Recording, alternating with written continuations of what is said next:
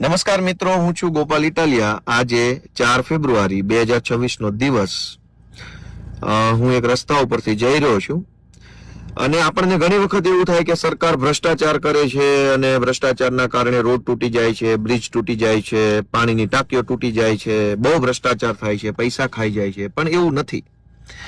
સરકાર આપણા જીવની અને આપણી ગાડીની સલામતીની ચિંતા કરે છે. હમણાં હું તમને બતાવું, અહીંયા એક બ્રિજનું કામકાજ ચાલુ છે. હું જે જગ્યાએ જઈ રહ્યો છું ત્યાં જાઓ અહીંયા એક બ્રિજનું કામ ચાલુ છે અને હું તમને બતાવું કે કેવી રીતે સરકાર આપણા પોતાના જીવની ચિંતા કરે છે, લોકોના જીવની. જવા દો, હમણાં આ બ્રિજનું કામ ચાલુ છે. આ બાજુ રાખો, ધીમે ધીમે જવા દો.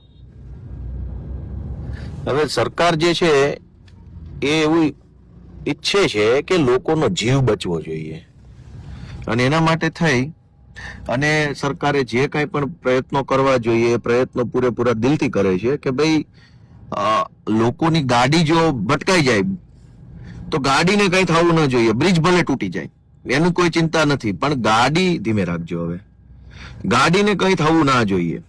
થોડીક જવા દો. અને એટલા માટે સરકાર બહુ કાળજીપૂર્વક રીતે, તમે જુઓ તો જે કાંઈ નવા બ્રિજ બને એની અંદર એકદમ હલકી કક્ષાનું મટીરિયલ વાપરે. ઊભી રાખો. હલકી કક્ષાનું મટીરિયલ શું કામ વાપરે કે એના કારણે ધારો કે આપણી ગાડી બ્રિજ સાથે ઠોકાઈ જાય તો આપણી ગાડીને કઈ નુકસાન ના થાય. બ્રિજ તૂટી જાય તો તૂટી જાય, એનો કોઈ ટેન્શન નથી. જો સરકારે જે આ બ્રિજ બનાવ્યો છે, આ બ્રિજની અંદર આ પ્રીકાસ્ટ મટીરિયલ જે નાખ્યું છે, આ મટીરિયલને ધારો કે આપણે હાથ લગાડીએ તો આ તૂટી જાય આવી રીતે. એટલે આપણી ગાડી ઠોકાય તો શું થાય કે બ્રિજ ભલે તૂટી જાય, ગાડીને કાંઈ થાય નહીં અને છેવટે આપણને પૈસામાં નુકસાન ન થાય. એના માટે આ બધી હલકી કક્ષાનું વાપર્યું છે. આવી રીતે હાથ અડાડો એટલે બધું તૂટીને નીચે પડી જાય. જો આ રીતે જે જગ્યાએ હાથ અડાડો એ બધું તૂટીને નીચે પડી જાય તો શું છે, આ રીતે. એટલે શું છે કે આપણી ગાડીને કઈ તકલીફ ન થાય. બ્રિજ તો ભલે તૂટી જાય, જ્યાં હાથ અડાડો એ બધું જ તૂટીને નીચે પડી જાય અને આપણી ગાડીને લો, આ તૂટી ગયું.